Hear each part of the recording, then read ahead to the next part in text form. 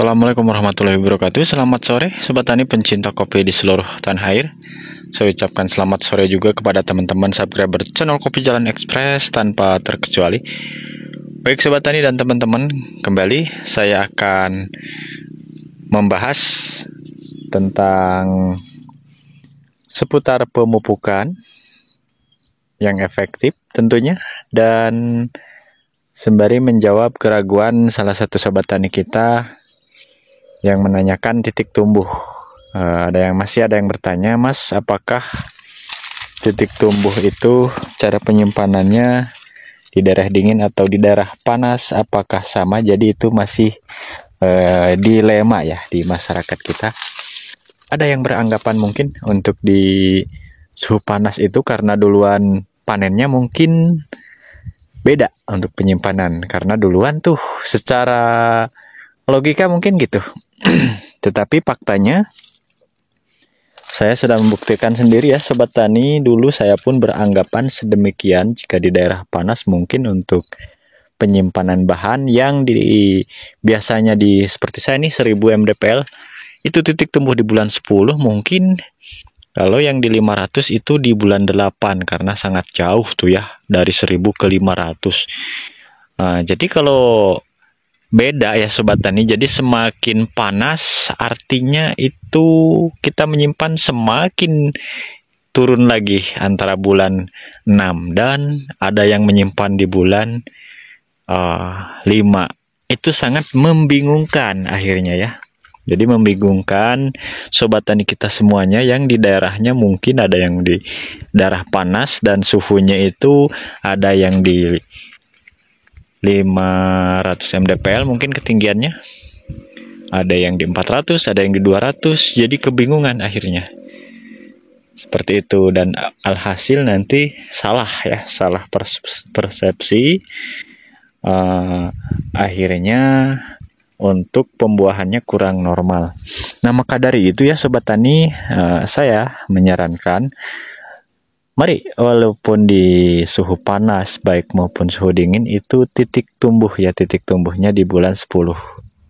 Seperti itu.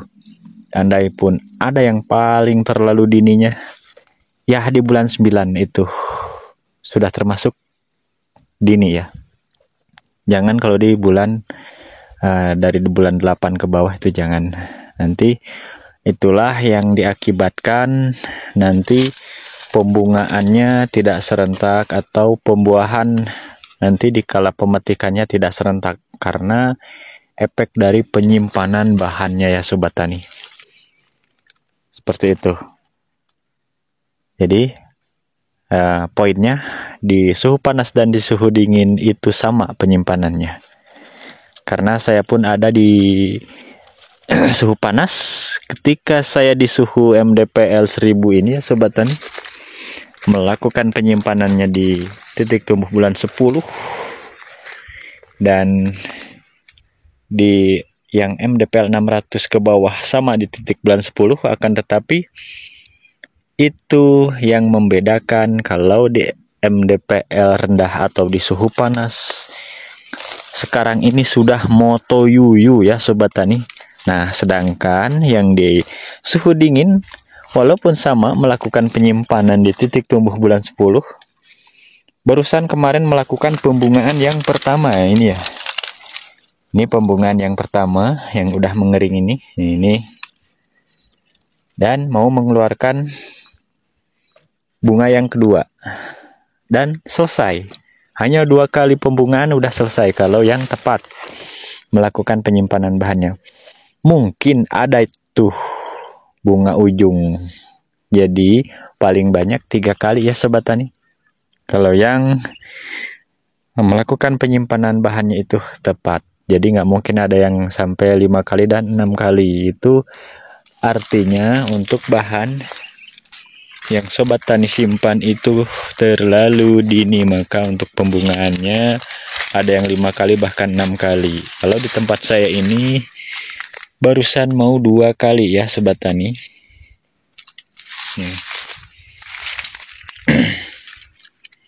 Barusan mau melakukan pembungaan yang kedua kali.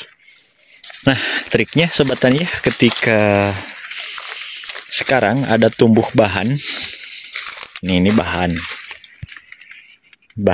Jangan dulu dilakukan penyimpanan, ini harus dibuang. Nah, berhubung saya akan melakukan penyambungan dahan, ya, sambung dahan dari sini, maka saya pelihara ini.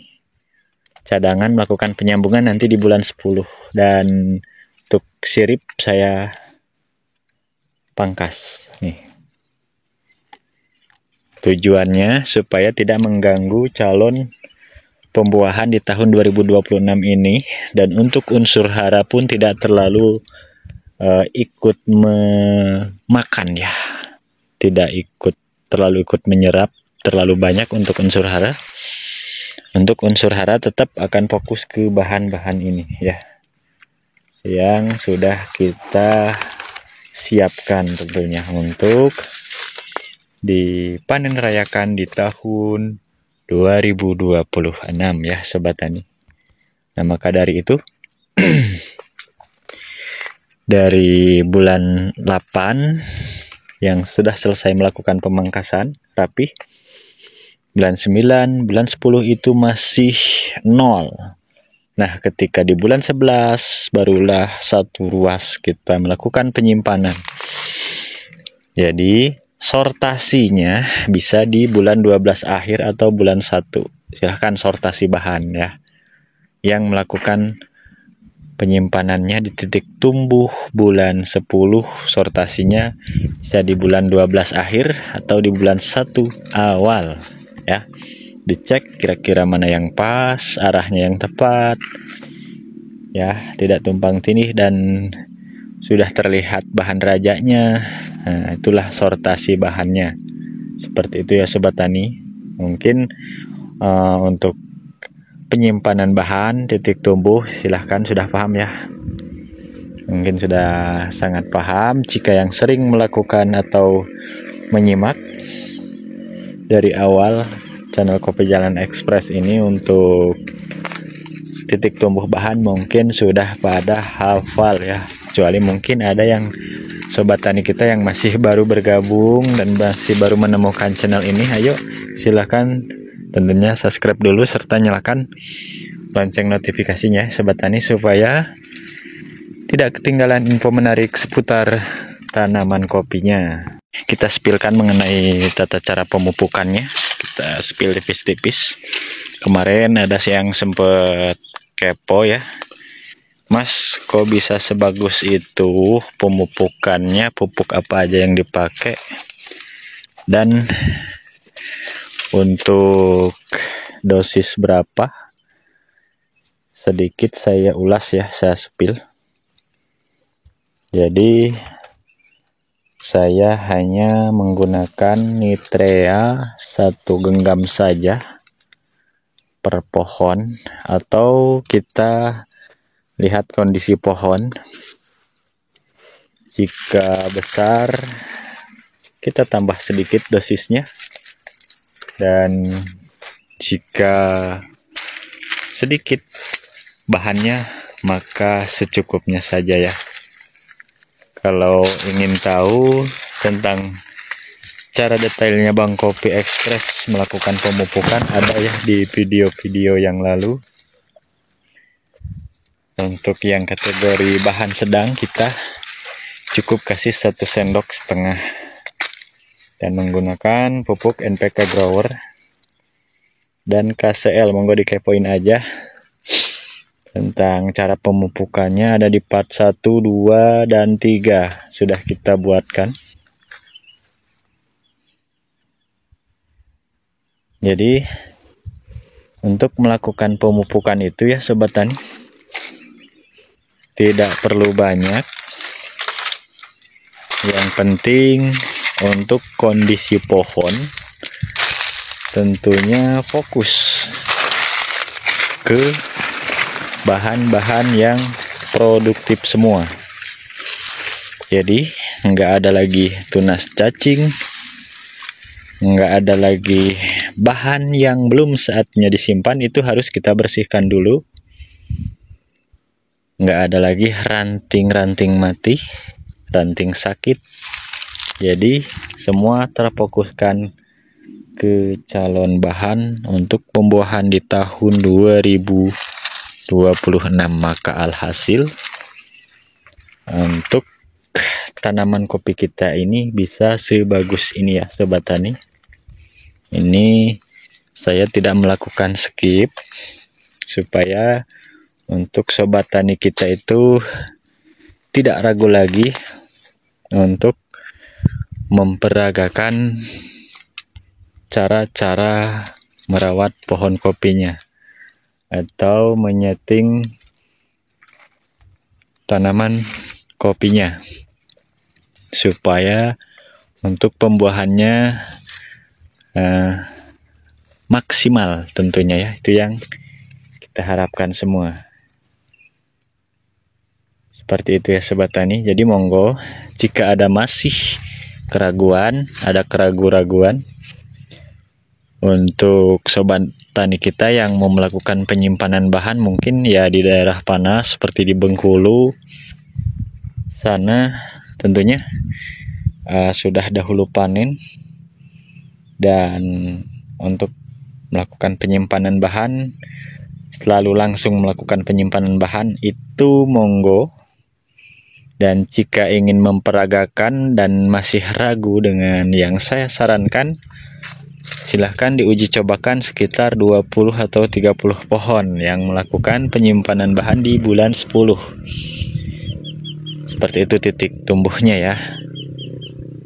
Jadi untuk tahun berikutnya monggo dibedakan dengan yang seperti biasanya Sobat Tani melakukan penyimpanan, dan dengan cara trik yang saya berikan, dan bandingkan sendiri nanti hasilnya bagusan yang mana ya. Seperti itu, karena masih banyak di luaran sana, atau saya pun suka ngobrol tuh dengan teman-teman masyarakat di sini. Ada yang berkesimpulan atau berargumen keras bahwa di daerah panas itu untuk melakukan penyimpanan bahan lebih dulu daripada di daerah dingin ya. Nah, akan tetapi setelah saya melakukan survei, untuk penyimpanan bahan itu sama ya Sobat Tani. Jika di daerah panas lebih dini, maka itu fatal. Justru itulah, sudah daerahnya itu panas dan penyimpanan bahan terlalu dini, maka semakin duluan ya untuk panennya. Sedangkan untuk faktanya, saya pun sudah melakukan uji coba, sama-sama melakukan penyimpanan di bulan 10, itu tetap panennya duluan yang di daerah panas ya Sobat Tani. Seperti itu. Apalagi di daerah panas untuk penyimpanan dilakukan di bulan 6 atau 7. Itu jauh lebih duluan lagi. Nah, kita pun ada penguji cobaan di daerah dingin nih, di daerah Seribu. Contoh di Kelon Tugu Super nih.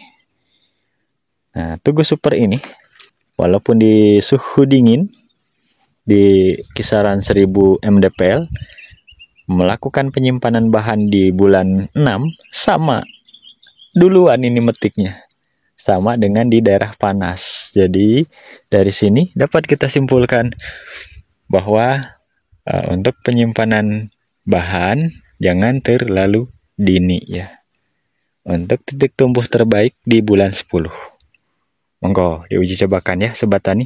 Sobat Tani, kita sedikit menjawab pertanyaan Sobat Tani kita di akhir video ini sebelum menutupnya. Mas, bagaimana jika kita mencampurkan Pur dan Plus untuk kita kocorkan? Jos ya itu lebih baik. Akan tetapi mengingat Pur dan Plus itu tidak larut dalam air untuk lebih dari sebagian, maka kita ambil atasnya saja, nggak apa-apa. Endapannya jangan dimasukkan ke dalam tangki ya Sobat Tani, itu bisa menyumbat tangki kita. Oke, seperti itu ya Sobat Tani untuk konten tutorial sore kali ini. Mudah-mudahan ada hal positif yang bisa diambil dari konten video kali ini. Saya akhiri, billahi taufiq wal hidayah. Wassalamualaikum warahmatullahi wabarakatuh.